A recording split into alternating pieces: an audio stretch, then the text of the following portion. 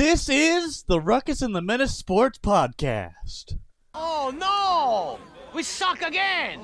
I'm getting confused. What game are you calling? I'm calling both games. It is caught by Kelsey! Touchdown! Kansas City! I need 3 of those things, baby. We ain't done yet. We ain't done yet. You like that? You like that? I like that. Ruckus and The Menace Sports fam, how's it going? You are watching episode number 124 of the Ruckus and The Menace Sports Podcast. Of course, that being 1, 2, 4, and at that moment, I'm going to count no more. You're welcome. I'm Spence the Menace. And I'm Ruckus, always causing somewhat of a ruckus. And on this episode, we will have and kick off with the Eastwood segment. We recap week 12 action in the high heat. We work on creating a Thanksgiving themed color commentary, and rivalry week takes over the film room as college football is the main event, along with Turkey Day action. We close it out with our stud and dud of the week, and that will be the summary of what we have going on. And without any further ado, we will hit the Eastwood segment. The good, the bad, and the ugly.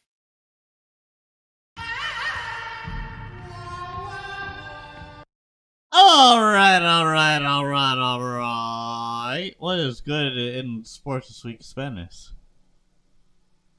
I'm going to say that the good this week, we definitely did not use it as our stud of the week because Saquon Barkley, I feel, is further stating his MVP case, as he had 302 total yards, 255 of it rushing, along with a pair of scores against the Rams. And this is the same guy who had no regard for human life, doing a spurtle that ultimately made it into Madden. Yes, sir. So I think that Saquon Barkley is going to be the MVP of the league. As much as everybody wants to say, oh, Lamar Jackson, Saquon Barkley has been on a whole nother level this year. And it's like, oh, MVP is a quarterback position. It has not always been a quarterback position. Granted that it's been a while since a non-quarterback has won the MVP, but not every MVP really has to be a quarterback.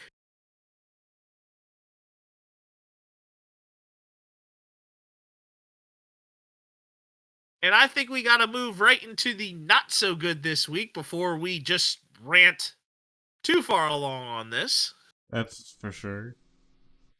And that is Shohei Ohtani's dog Decoy just not having it with the celebration of his owner's recent MVP, saying, I'm a head out, as applause is going on shortly after Shohei was announced the winner by Clayton Kershaw, his teammate. Okay. I know that it's not as bad as what people would think. And the dog has been known to be around Shohei and have a lot of great love for him. But this dog had to steal the show by saying, nope, I'ma just get out the way. It's probably one of those rare moments too, anyways, where it's just like, oh, well, shit. Well, yeah, he walked off the set. Oh no, this looks bad. That's probably how that went down. Sensory overload. There's too much going on. I need to get out.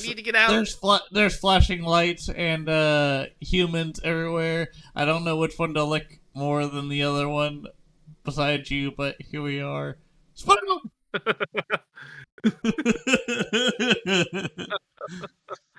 Oh my, yep. And it's interesting how he names the dog Decoy.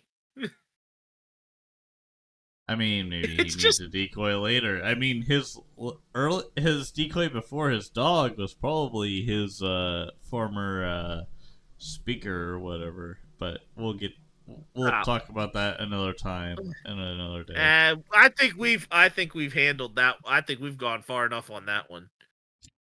And Alright, the what's downright ugly this week is none other than Malik Neighbors. I mean, the Giants are already a dysfunctional enough of an organization.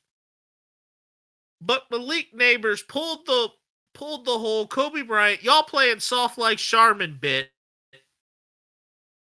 after the Giants got blown out by the Bucks. My God.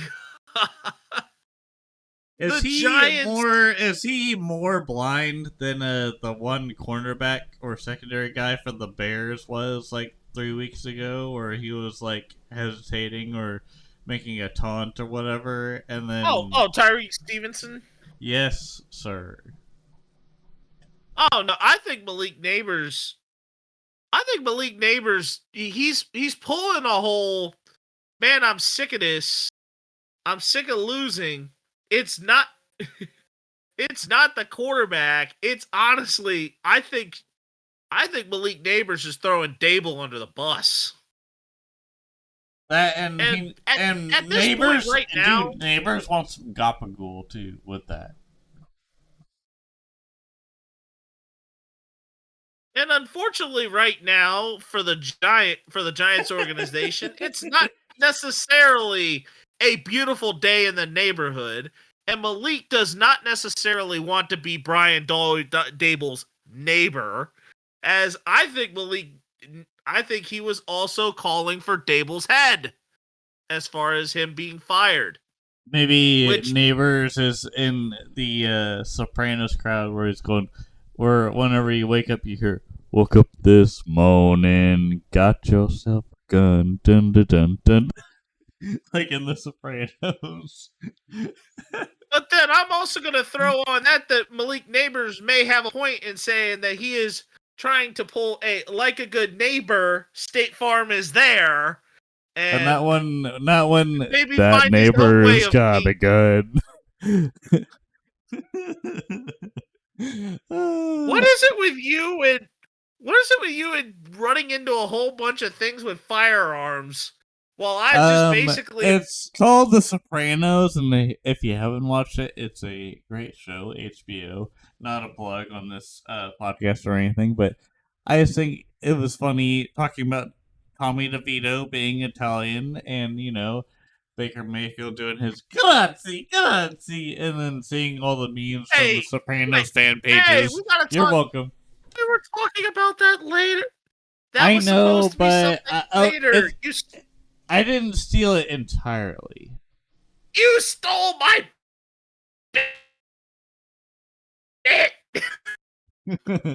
I'm sorry. I'm Ruckus, always cussing the Ruckus. I don't know what you're talking about. Now I gotta think of now I gotta think for a redraft. Thanks. No, you don't. Let's just move on to the high heat already. No, you don't. No, you don't. Okay. Anyways, let's just pretend like we just shined a light on you, like in Men in Black, and then just forgot that ever happened. Whatever happened, I don't know. I got shot with it apparently. The NFL High Heat Week 12. You ruined my meme. I don't care.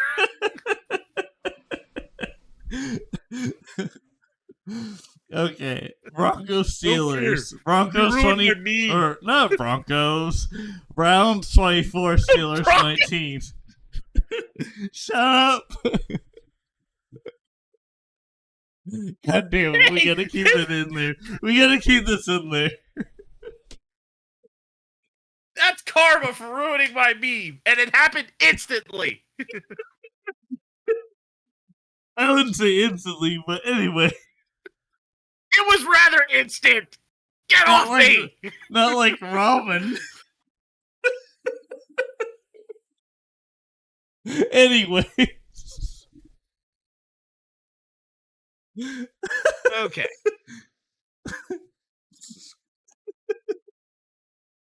Okay, I'm done. While I'm we done. try to revive Ruckus at this particular moment, the question here for this game is playing football in the snow. Do we find this to be fun? Or is it its own source of torture? Well, for the Broncos, it'd definitely be torture, but for the Browns, at their own stadium in Cincinnati, Ohio, I don't know. Would it? I feel like wouldn't it affect the Steelers more, or does it really matter? Because isn't Ohio? What no? Ohio is like more in the Midwest. The Pittsburgh It's is more in the it's East. right along. So would it kind of matter as far as like the temperature wise around this time of year, or would it be I think both affecting? sides. Go ahead. I think both sides end up dealing with lake effect snow because you're right there, right along Lake Erie, That's why I was wondering, like, and where it hits quicker, and also when they had to adapt. That's why I was wondering, like, does it really matter if it's fun or torture for both sides because they're both kind of closer together compared to other parts of the Midwest? I mean, yeah, but I was also just talking about simply playing football in the snow. Like, I'm talking like actually playing football in our opinion. This was a snow game, and it turned out to be a really, really good snow game. But it's like, are we necessarily fans of playing football in the snow, or are we not necessarily fans of playing football in the snow? I think as That was long kind of where as I was getting at here.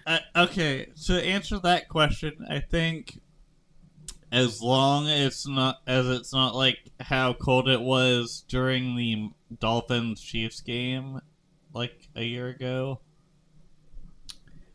then it would be fun, but it would be torture if it was just like Antarctica out on the field. Like not even at I don't know if it was as bad in Antarctica as it was at Arrowhead, but that would have been pretty torturous if you were a Chiefs fan, seeing all of that like snow just happening and also just being cold AF. Oh yeah, Ridiculous. but Ruckus, I know that I think the Midwest is kind of certainly a little different. Kind of about how much snow would you necessarily run into Kansas out City, there like that KCMO area? How often does it really how often does it really um, snow over there well, we usually in start. a It starts snowing like around like early December, late. Like the really good snow usually happens like later in the winter, like January or February. But like yeah, which December, is there was a weird time in kind of December when par I for the had course. yeah, there was a weird time in December where this was when I was a freshman in high school. Um we had snow in December and it was so bad that we had like 2 days off. This was when people had snow days. Taking into account younger generations wanting to learn how awesome was having a snow day. Um, but yeah, I remember that being a thing. But anyways, as far as other snow parts, it can also happen randomly. I don't know if it's global warming or any of that political BS, but I just in my historic account for Kansas weather, it's like hit or miss. Like it's just weird. Like one day it'll be about I don't know, like 40ish degrees outside, and then like halfway through the day or even in the afternoon it's like 60, and you're just like, how is this possible? Like I don't know if it's wind current, and that's why I asked about that originally.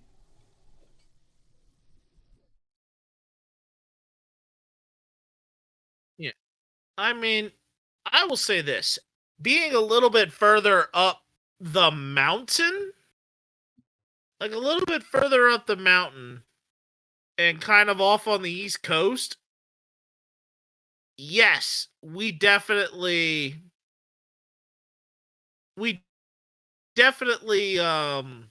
got snow. That's But why I I will asked about say the this. scientific. That's why. Playing football in the snow, but playing in the playing football in the snow. It's fun when you're playing that little sandlot football type thing when you're a kid. Like it's fun when you're a kid and you're wanting to play a little snow football game going on like in the neighborhood because it's snow and it really depends all snow to have a really good snow game. But I've played in about a couple of like a substantial amount of inches of snow. Not like a foot of snow, but like 3 or 4 inches of snow. Yeah. And like it's tough. Like it really is tough to do. You I think really it'd be only a lot need of like even like fun. a little bit of a coating. Yeah, it's fun in its nature, but if you're wanting to be out there watching a football game in the snow, no, that is just straight up torture. I gotta tell you this story, Especially if you're a Bills fan. and this definitely has for it. Yeah, I was at a middle school football game in October here, like right here near home, and we had a little like snow squall hit. There's about a couple of inches of snow on the ground, and I'm out here covering a middle school football game. It's supposed to be for a championship. It was so cold and and the snow was bad out there that by the time the first half rolled around, my camera battery froze. The game went 5 overtimes. By the time the third overtime hit, the head referee was done. He's like, I'm done. Like, I'm too cold. I'm in the press box freezing my you know what off. Because even the press box didn't really have heat. So that game overall ended. Yeah, over here. Yeah, that game went 5 overtimes and it was cold. It was one that I no doubt had to take a small break after that game was done before I even went into the newsroom to to thaw out and write it. It was that cold.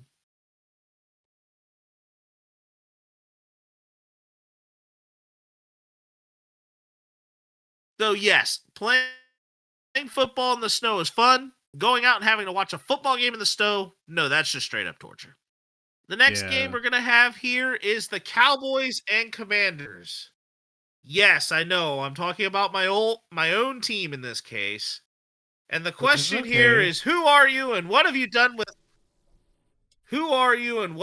with competent special teams units? Hashtag go home NFL, you're drunk.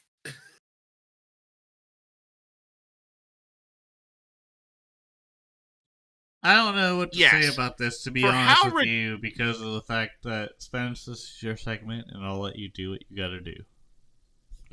Fire away. This game was absolutely weird. I was watching this game live, and this thing was weird. It was 3-3 at halftime. 10-9 to start the fourth quarter, and it was 13-9 about more than halfway through. So this is where things get a little stupid.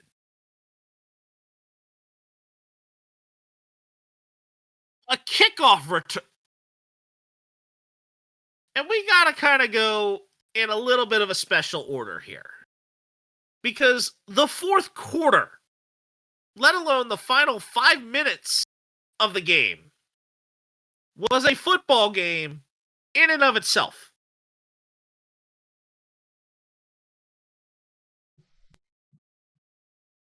And where do we begin? 5:16 to go. It's 13-9, and the Commanders give up a touchdown to Luke Schoonmaker to Cooper Rush. It's 20-9. Commanders drive the ball up the field. 2 minutes later, touchdown pass from Zach Ertz. Jaden Daniels runs it for 2 points. It's a 3-point game right now.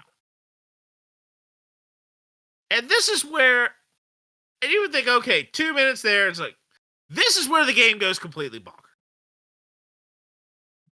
Within 13 seconds after that, there's Cavante Turpin goes on a 99-yard kickoff return after muffing it at first. Like, drops the kickoff return, then picks it up, puts Jeremy Reeves in the spin cycle. We miss our lane. Another guy misses the lane, misses his tackling lane, and Turpin is taking it to the house. Minute later, minute 40 seconds left, we kick the field goal, we're down by 7. We stop the Cowboys on a 3-and-out, and down to 21 seconds left, we get the big miracle 86-yard pass from Jaden Daniels to Terry McLaurin. But Seibert misses the PAT. Shades of John Carney all over again. Except that was a New Orleans Saint. And then the onside kick after that gets returned for a touchdown. And we nearly have the ball, and we nearly drive the ball all the way back down to try and tie it up again. We don't get there, but this game was ridiculously stupid. It was so ridiculous that this was the first time that you saw blocked field goal, blocked punt, 2 missed PATs, and 2 kickoff returns for a touchdown. Those 2 kickoff returns occurred in the final 3 minutes of the game. This game was special teams nightmare. A special teams nightmare. Of which, yes, this game was so bizarre that I think that somebody went a little too hard on the Henny in the final 5 minutes of that game if they were script writers writing this one. Because if you're even watching this game, like my mother and I are watching this game and like this game just makes absolutely zero sense.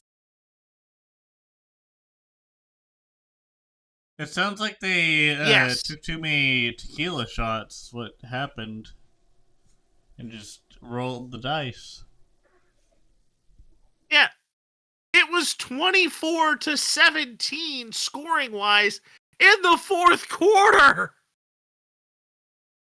The fourth quarter was a football game. A football game told in a matter of 8 minutes and 11 seconds.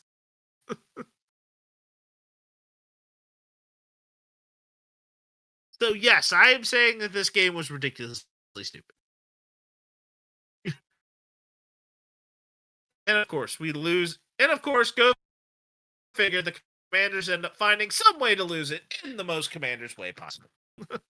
Next game, yeah. Vikings 30, Bears 27 in overtime. And the question here is Caleb Williams getting better, or is this game just one small little blip?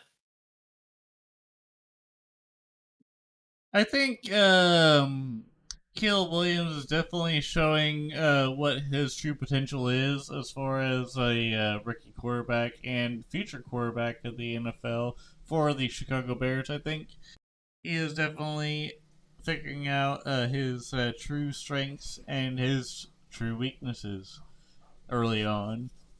It's important to see that in a quarterback, kind of like how Mahomes did back in the day. But I think Caleb Williams is definitely showing it. He is resilient, and he has learned from the tough losses of past games that happened throughout the season, like the one with the Packers, most notably. But just in general, he's just becoming smarter as a quarterback.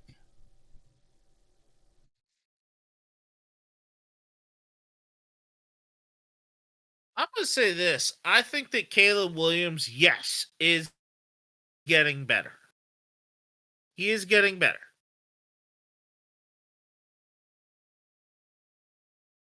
At the same time, I also am going to throw out there that the Bears still, the offensive coordinator is focusing on the playmakers. He's been doing a better job in giving Williams the capability. But at the same time, the Bears right now are just showing that they're still not that good. They still haven't found really what they're looking for. Not necessarily in terms of quarterback, but in terms of really where the efficiency is supposed to be. Roma Dunzi is a top 10 draft pick that has found a lack of efficiency in being able to catch the football. So, if Caleb Williams has definitely been getting better, Roma Dunzi has not necessarily been the best counterpart to go with it.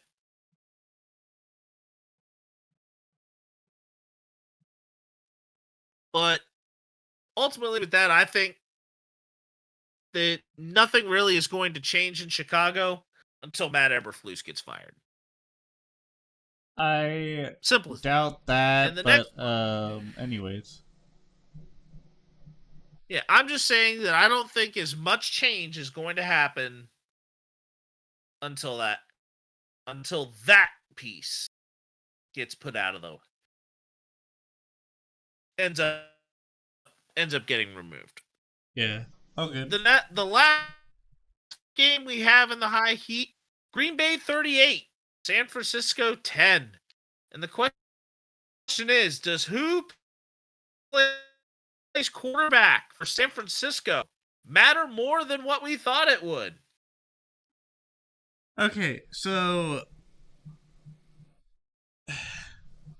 I remember saying a long time ago that Brock Purdy might not be the future quarterback for the 49ers, pending injury or in case there was a different interest for the quarterback room. Like, I figured it probably uh, would have been a problem So if. you have questioned. Go ahead. Yeah, so you have questioned the long-term sustainability of Brock Purdy as a quarterback. Correct. Okay. Continue. I just think that I think it does definitely matter a little bit, even though the weapons that 49ers have currently aren't probably the healthiest, but I don't know. I just think it definitely matters a teensy bit, but we'll talk later about my strong views of the 49ers. Where exactly are you going Um, to you know what I'm talking say about. that? Because I thought I thought you were going. Oh, I thought you were going scorch started on this now. I didn't know there was necessarily a future segment that you were I throwing thought in we were on this. talking about Unless you did something Brandon differently Allen. that I didn't realize. I thought we were talking about Brandon No, we're Allen. definitely talking about. No, we're talking about Brandon Allen. Okay, so This was that's why I went into that. My bad. It got me there in a second. Okay, so I think it does matter because Brandon Allen, he was someone that I wouldn't have thought would be a starting caliber quarterback for as a backup, but the weird thing about it is Josh Dobbs, a man that played for the Minnesota Vikings and was the backup after the guy that backed up for him had a concussion for Kirk Chains because Kirk Chains got out of the game with a torn ACL, and then I believe it was It was a torn Achilles. again he That was was an hurt Achilles, and not an couldn't ACL. play.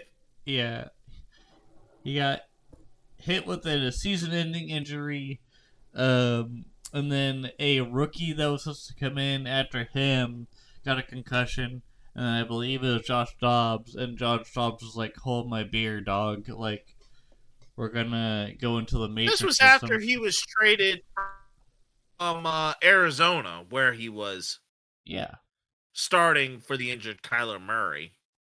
Point being, TLDR, I think Dobbs would have been a better candidate as a backup QB rather than this no-name guy that, if you're the average NFL fan, would say, WTF, who the F is this guy? And I would say, I don't know either. Like, I'm just sitting here looking at my phone trying to figure it out, and I still don't understand why this guy is the starting QB. Oh yeah, that Josh Dobbs guy that no one gives a shit about, apparently now, because a year ago he was like the savior for the Vikings for like 3 games and then got obviously battered to a pulp. Like, come on, man. Give the man respect. Like, you gave Joe Flacco so much respect. Why don't you give Dobbs respect? That's all. Anyways. Here's where I think this game kind of goes. For a first start of the season, but having a little more knowledge in the Niners offense. For what it was worth, if you looked at the stat line, could the 49ers still also feel competent against a team that maybe has a lot less competence if they had Brandon Allen in there? Examples of this being the Raiders, the Giants, the Panthers. Could the 49ers at this juncture feel competent enough to at least beat them with a backup quarterback? I mean, there's factors to it, but I mean, at that moment, probably not even, but I still feel like Dobbs would have been probably better than Brandon Allen. That's all I'm saying. It might not be by much, but I'm just saying, like, give the man a chance. Like, there's a lot of other teams that have given different quarterbacks a chance and got lucky from it, and I'm just wondering how that plays, but I see where you're coming from, too. I'm talking the teams that are less competent here. Like with Brandon Allen at quarterback, could the 49ers beat one of the teams that is less competent? I'm more so trying to say, I'm trying to throw the argument of, if the opponent were different, would this 49ers team still perform the same? And the reason why I'm saying this is because this game was more about how Green Bay was able to pick apart what the 49ers were trying to do rather than the 49ers not being competent offensively. Josh Jacobs had 106 yards and 3 scores against that defense. And a defense that also has been reeling throughout much of the season because they didn't have Nick Bosa. So yes, there was a lot of factors that I think that the Packers showed that they were more quality of an opponent for the 49ers at this current state. I think the 49ers at this current state would very well easily beat the Giants. Why? Because I think that the Giants are absolutely incompetent right now. Yeah, they have an offense that could probably do a little bit of damage to that defense. And they have a couple of defensive pieces that can cause some trouble.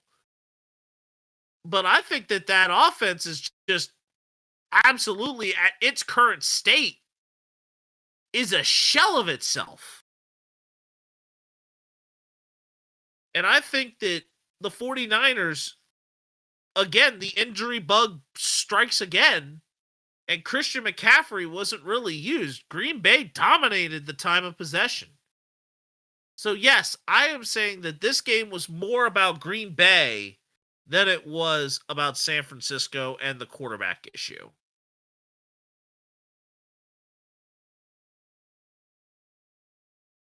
All scorched earth rants on Brandon Allen aside. All right. Color commentary. The next segment we have is the color commentary. And this week is Thanksgiving week. So I know that I think Bleacher Report was doing, of course, NFL teams as Thanksgiving food. But we're going to do something here a little different. It is called the dysfunctional dinner table. And yes, we all have those particular relatives that make this be the absolutely least functional family in this side of a dinner table. But we more so just are taking this time to just note that these are just the people that cause a Thanksgiving dinner with family to be dysfunctional. Yep. And the first category is the person who brought something that nobody else wanted or chose to eat. All right, so for me, I have the Jets front office because we know how that ended. The we wanted to eat was Aaron Rodgers, but what we chose to eat was the firing of Robert Saleh and everything else.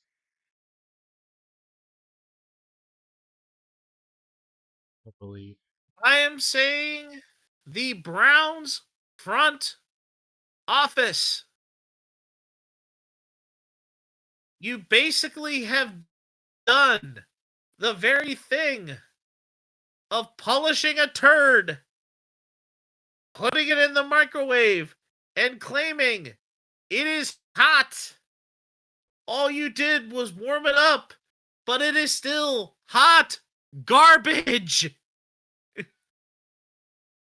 The Browns are not necessarily like a certain person we will talk about later, but man, that front office has just had year after year after year after year of just ineptitude and futility.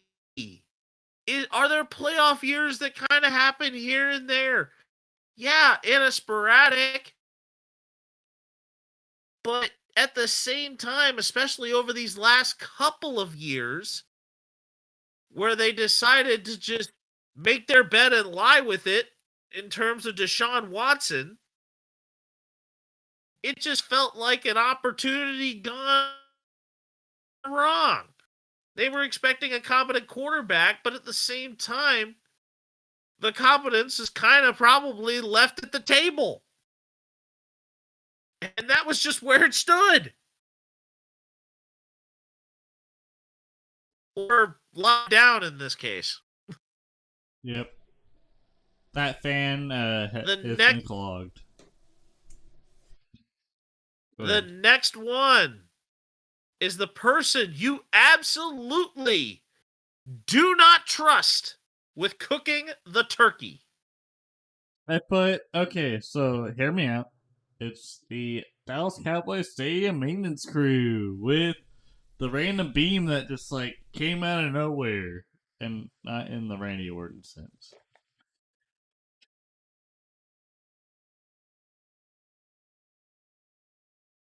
Wait, why are you kind of... I mean, you could have also had the same thing in talking about CeeDee Lamb and being blinded by the light and some of these other things that like people have, but this again is going to kind of go along with another person that I will mention later. But mama, that's where the fun is. Sorry, go ahead.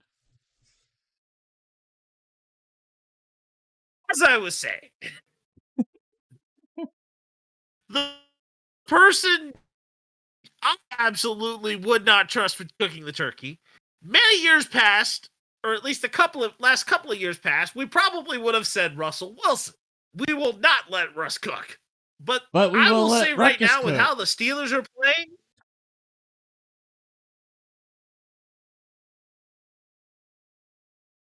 again, as I was saying, we are actually letting Russ cook this season because he's actually winning most games for Pittsburgh.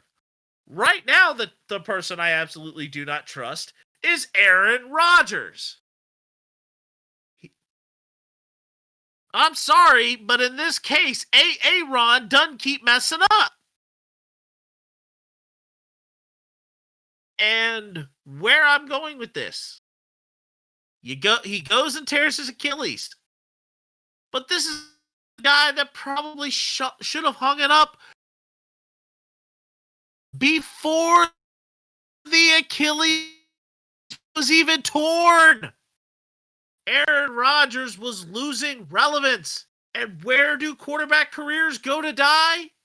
The Jets. The Jets have not necessarily had a relevant quarterback in their franchise since Chad Pennington. I mean, granted, Mark Sanchez had a couple of AFC Championship games, but that relevance went away in a matter of 0 to 105 seconds after a butt fumble.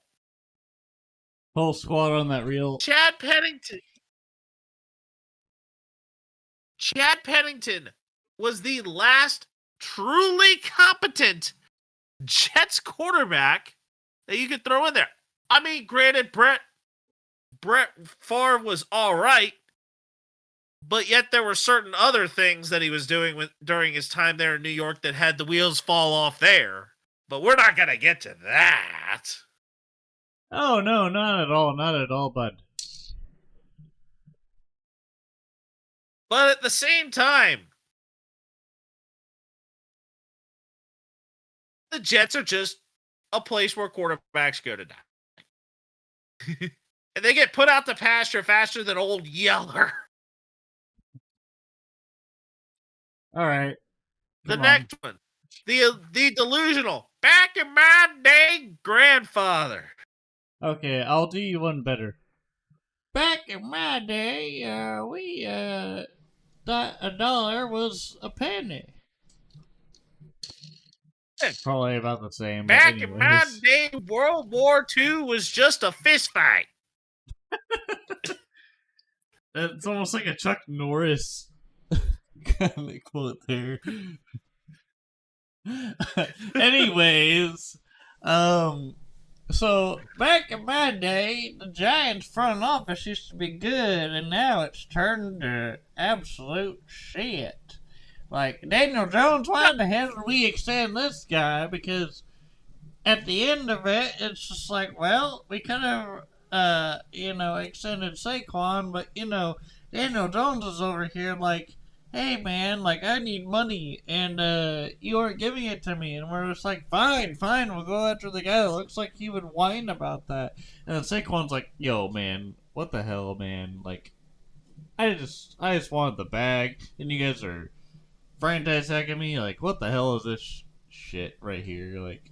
And the delusional back in my day grandfather goes, well, Sonny, I remember when this cost this much and this was this. And then Saquon was like, after that season was like, bye, Felicia. Or at least he thought, but. On that note, we're going to have, back in my day, Jerry Jones was an owner that actually could run a competent team. Until I Not took away really. Jimmy Johnson. Until I took away Jimmy Johnson. Not because... really. I was like, you kind of Kanye'd the point. I said, not really. Because, granted, Jimmy Johnson was doing well. You ran him off to Fox as a studio analyst after his time in Miami. You ran him all just to put Bear in. You win a Super Bowl there. Okay, that may be all fine and dandy. But at the same time, what have you done since? You ran the back end of Troy Aikman's career into the ground. Emmitt Smith became an all-time leading rusher, but yet I think the team that he was on when he broke it, was the Arizona Cardinals. Yeah, the triplets are Hall of Famers, but at the same time, you're basically now at the point where you're just saying, sitting there with your magic conch yelling, yeah, here we go. You get to do nothing. Oh, hail the magic conch. It's like he's pulling a magic conch just to see what he even does for his off-season moves. Or even his in-season moves. Or even saying, well, back in my day, receivers actually could see the ball. We don't necessarily need to put the curtains up, because back in the glory days of Dallas, the hole in the stadium over the top was not blaring so much light that people could actually see. You started to sound like the guy that played Jafar, or not Jafar, the parrot from Aladdin, William Gottfried. Kind of sound like him. Gilbert Gottfried, God rest his soul. And that's why I hate. There's so many good memes before he passed, but anyways, let's keep going. But on that note, yeah, I just had to troll Jerry Jones a little bit, and his running of the building of Jerry World and the complete accident waiting to happen that always is the Dallas Cowboys, and all of the trolling from Stephen A. Smith that comes with it. You're welcome, America. The person who cooks the best food for Thanksgiving. All right, so you know who cooks a really good fastball?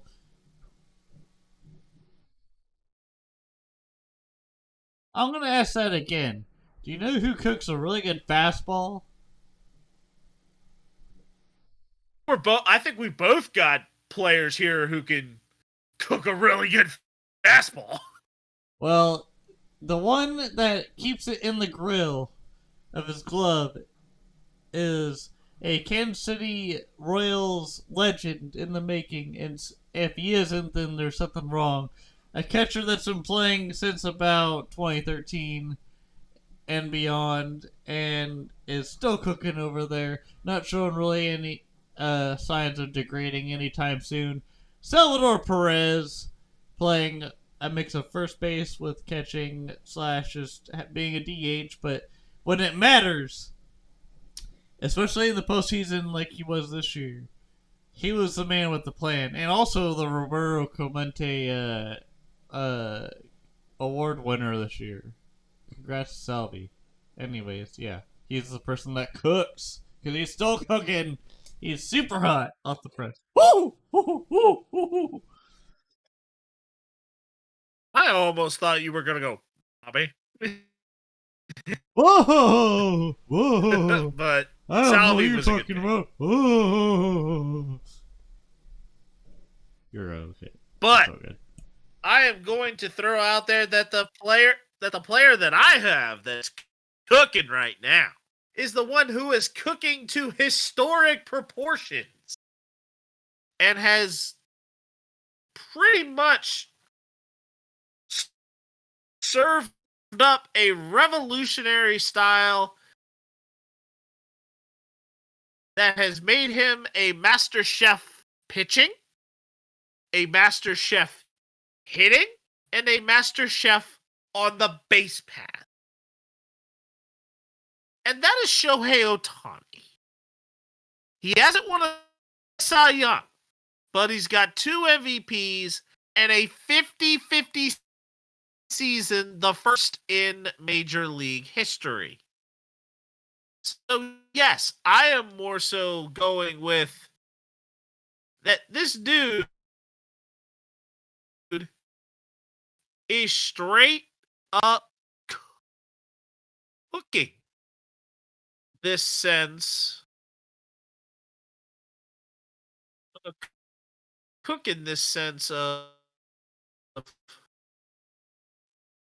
of the word being that he's just serving it up multiple ways, serving up dominance.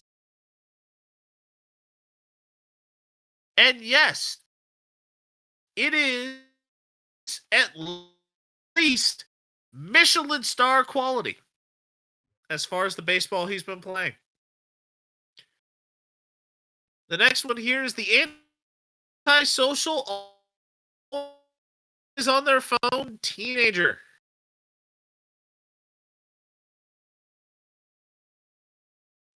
And that one for you is... That is Adam Schefter, Yes? the ESPN analyst, always on his phone and always Bueller. being very secretive about it during the Pat McAfee show and other times.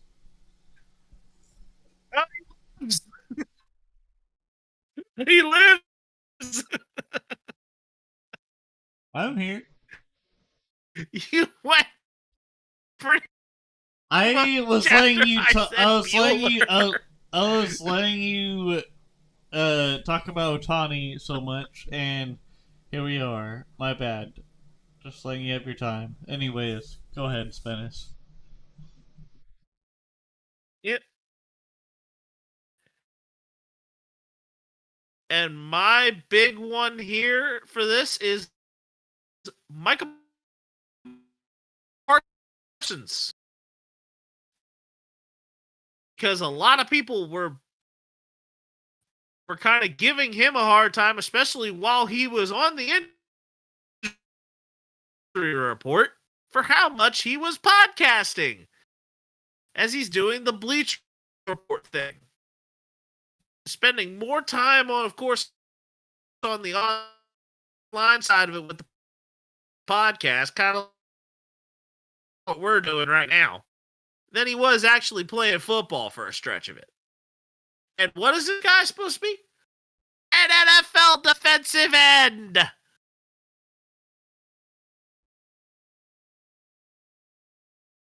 So, yes, there is that. The next one is, and I will put overly drunk here in this parenthesis, the life of the party. It does not necessarily have to be overly drunk. I put Travis Kelce. And my as pick here is the very lively and very crazy George Kittle. Yeah, I took George Kittle. And I know that in both cases, you have heard us kind of mention it a lot, especially the person in particular that we picked. Jason Kelce was clearly an honorable mention, but we both had. I felt like we were going more for active players in any professional league, is why we did it.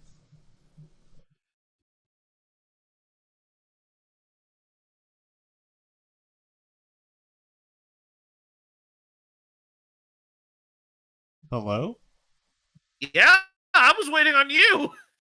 I was just saying, like, Travis Kelce is more of like the life of the party, and he was showing that like a couple years before, whenever he won the Super Bowl, just like chugging beers and wearing the WWE belt, like old time's sake. And Jason, he had something to say.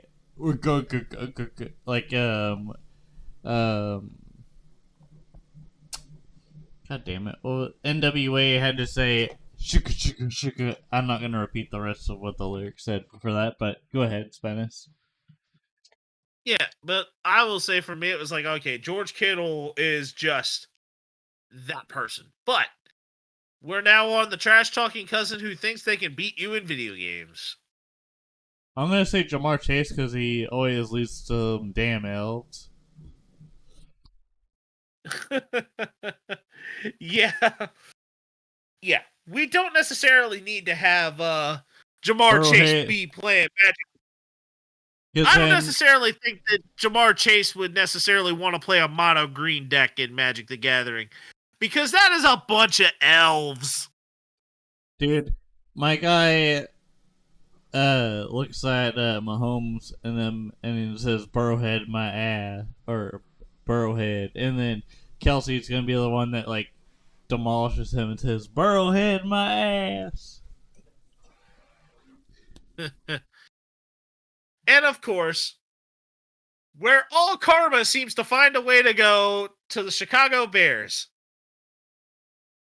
Tyreek Stevenson is my pick. Because yes, he is out there talking trash to Commanders fans, saying like, "Oh, yo, we beat you guys, ha ha ha." And who is the one person that makes the mistake thinking you can beat me in a video game, or beat me in a video game? It happened to be none other than Tyreek Stevenson, as he just all of a sudden had tried to make something happen, have it go entirely the wrong way, and it just ends up right in Noah Brown's hands. So yeah, talk your stuff all you want in that situation, Tyreek Stevenson, but don't be surprised if all of a sudden you ended up with that hard film room session, and then also getting completely roasted in every single sporting avenue that there is. Take that. Left hand up, Commanders. And last but not least, the person most likely to get roasted on the Pat McAfee show. All right, so I think public enemy number one is going to be Deshaun Watson, as the saga had started. He was a Texan, and people are wondering, well, shit, is he gonna get traded or whatnot? What are we doing here with the holdout on Deshaun Watson here? And then the Browns entered the chat and they're like, trade trade you Deshaun Watson so that we can sign him to a contract that no one could refuse at the time. And what we didn't know until later, whenever he became a Browns quarterback, was apparently he wanted a happy ending too many times, and he's got all these allegations and stuff on him, and this and that. Like, I think there would be a lot of people in that friend circle or just comedians that would get paid lots of money to roast Deshaun Watson, like kind of like how the roast of Tom Brady happened, or just people in general that'd be like wondering what was going on in the mind of Deshaun Watson and what caused him to do certain things, and just see the awkwardness that happened that is on the face of Deshaun Watson. My pick is Brian Daboll. Yes. Brian Daboll. And I basically am going to say this.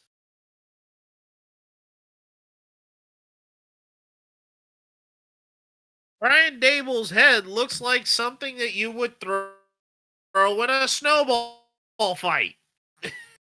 Brian Daboll, as a coach, has had the competence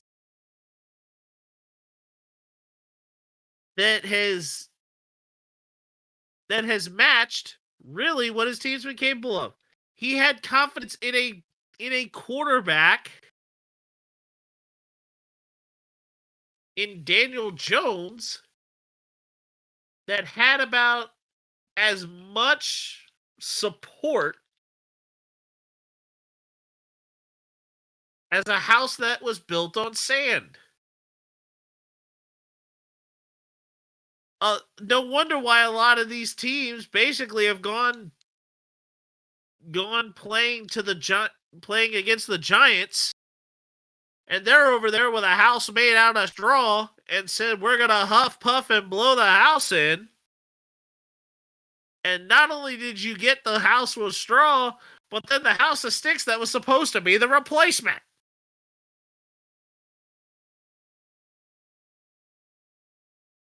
Brian Daboll, I believe, should be one of the few head coaches that will be fired at the end of the season. But are the Giants front office that has been the delusional back in my day type of way gonna do it? No, because Mara has confidence in Brian Daboll.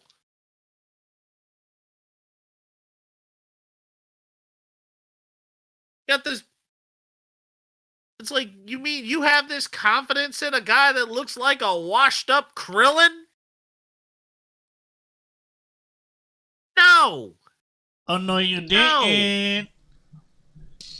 The Giants are going to be irrelevant until they fire Brian Daboll. The Bears are not going to have any relevance until Matt Eberflus is gone. Yes, and the Jaguars aren't going to make any sense of what they're really needing to do until Doug Peterson is gone. So yes, Adam Schefter is over there tweeting away, but yet he said on the Pat McAfee show, where there's been flat out roasting of players and coaches at times, that there would be at least 7 new head coaching spots.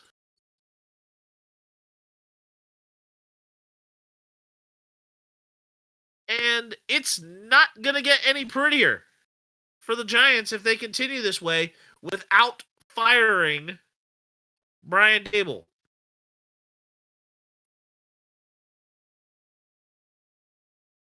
I somewhat agree with that. But anyways, let's keep going. Yep. And now we are to the film room, where rivalry week is taking its precedence. And I head into this huge week of scoring, as there are 16. We have 23 points for college football There's 32 points up for grabs this week, and I am up by 24. And the first game that we have going on right now, or at least for this week, the Ravens and Chargers still needs to be scored. But the first one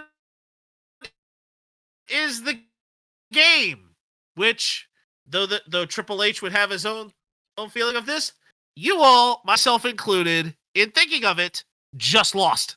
And that is Michigan versus Ohio State. I'm gonna pick Michigan. Ruckus, who you got? I had Michigan. I am going to take the Buckeyes at home. O-H-I-O. Since I know you weren't picking it. The next one is the Palmetto Bowl. Clemson versus South Carolina. Who you got? I'm taking Clemson. I also am taking Clemson here. The Iron Bowl. Alabama versus Auburn. I'm taking Alabama. Roll Tide or War Eagle. I am also rolling Tide. The Battle of the Jeweled Shillelagh. Will an emerald or a ruby be added? I'm taking Notre Dame. I am going with the Golden Domers as well with Notre Dame, and that there will be an emerald added to the Shillelagh. The Lone Star Showdown, Texas versus Texas A&M. I'm taking the Longhorns. Go Horns, as Matthew McConaughey would say. Taking the Texas Longhorns as well. The rivalry of clean, old-fashioned hate. Georgia versus Georgia Tech. Who you got? I'm taking Georgia Tech. I know Georgia Tech may have been full of upsets, but I'm going with the Dogs of Georgia. I'm taking the Dogs. Sick of them. And I'm not changing my pick. And then last but not least of the college football rivalries, Farmageddon. Kansas State versus Iowa State. We got to pick this one every year because it's fun. And honestly, this is how I'm going to respond. It's called Every Man a Wildcat and Emo! Kansas State. I am taking Rocco Becht and Iowa State. Boo! Boo! Boo! Negative points. Negative points. I am taking Iowa State. And now to the Thanksgiving Day games. Lions, Bears. I'm gonna oh pick my, the Lions. where are the Tigers? I'm taking the Lions as well. The Giants versus the Giants versus the Cowboys. I'm picking the Cowboys because I'm a nut job that hopes that the Cowboys beat the Giants, but here we are. My heart and tradition would tell me the Giants. But the competency of the Giants is not necessarily leading me to pick the Giants. Just to stay in pace. I gotta pick the Cowboys here. But I'm gonna be rooting against this pick absolutely hardcore.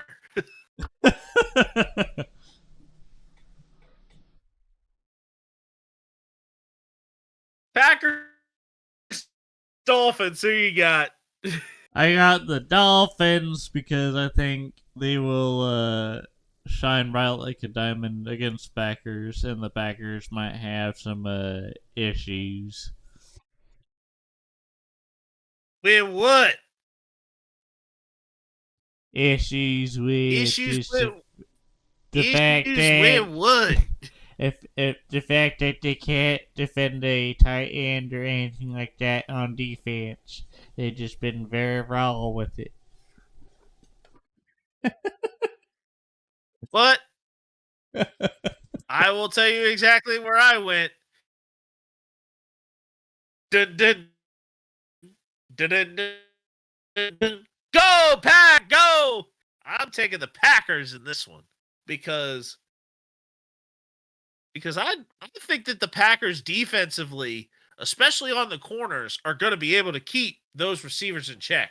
The tight ends can have all they want, but I think the Packers just look especially a little more complete than what the Dolphins have. The next one, I'm just not even bothering going to ask. We both picked it. The Chiefs. How about those Chiefs? That is the Chiefs versus Raiders, and I hope to God the Raiders don't pull what they did on Christmas Day. Like that, put a coal in my stockings personally when that happened. I'm gonna throw this out there that the Raiders are nowhere near as good as the team that would have done that. So really, what you're saying is the Chiefs are the Rolling Stones at this point because the Raiders couldn't paint it black, but the Chiefs definitely could after they leave them there for dead at Arrowhead. But here we are. Eagles, Ravens. I am taking the Ravens here. I'm taking the Eagles because I believe in Jalen Smith and his raw talent to throw it to his receivers and give it to his running backs at strategic points of the game. And I don't think that Derrick Henry's actually going to make a huge difference like he did in games past. Like, I think they're repeating issues that haunted them early in the season where they didn't use Derrick Henry as much. But anyways, you have you have Darius Slay, who could be out with a concussion, who could still be out with a concussion at this point. I think that the Eagles, though they are well put together, I think the Ravens will have the better game plan to be able to do something about it. The Eagles are better on the front end of their defense. I think the Ravens, if they can kind of not fumble the bag, I think they're a little better on the back. But Roquan Smith will also need to be healthy for this game to actually be effective for them. 49ers, Bills, I think we both know where this is going. The Bills. I feel like the Bills mainly because they had the offensive, advancement now that we don't know what Brock Purdy's injury is going to be like. And I'm sure right now, when we are in the recording stage, we probably have more information from what the average viewer or people are here for. Yeah, he did some light throwing today, and there was no discomfort. He's probably going to rest tomorrow. They're probably going to rest him tomorrow and see what kind of comes out of it. He did just some light throwing today, so there's some trend going upward, but I think they're also trying not to force it too much. Chargers, Falcons. Yeah, I personally think the Bills are going to get it. But anyways, Chargers, Falcons. I'm going to go Chargers because I believe in Jim Harbaugh as the manager of the Los Angeles Chargers. He led the 49ers to glory, and he could probably do it with the Chargers. But the Falcons, they have some crisis when it comes to playing football, I guess. I don't know.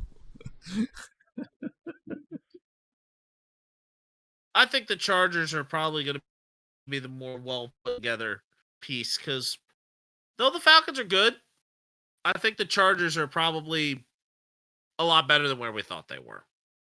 And last but not least, this was another one we went unanimous on. We both said Skull. Vikings over Cardinals. Damn straight, because those Vikings would probably eat Cardinals for breakfast. But here we go. And we're on to our stud and dud of the week. And since Ruckus stole my meme earlier in the episode, You're welcome, I'm going America. to go first.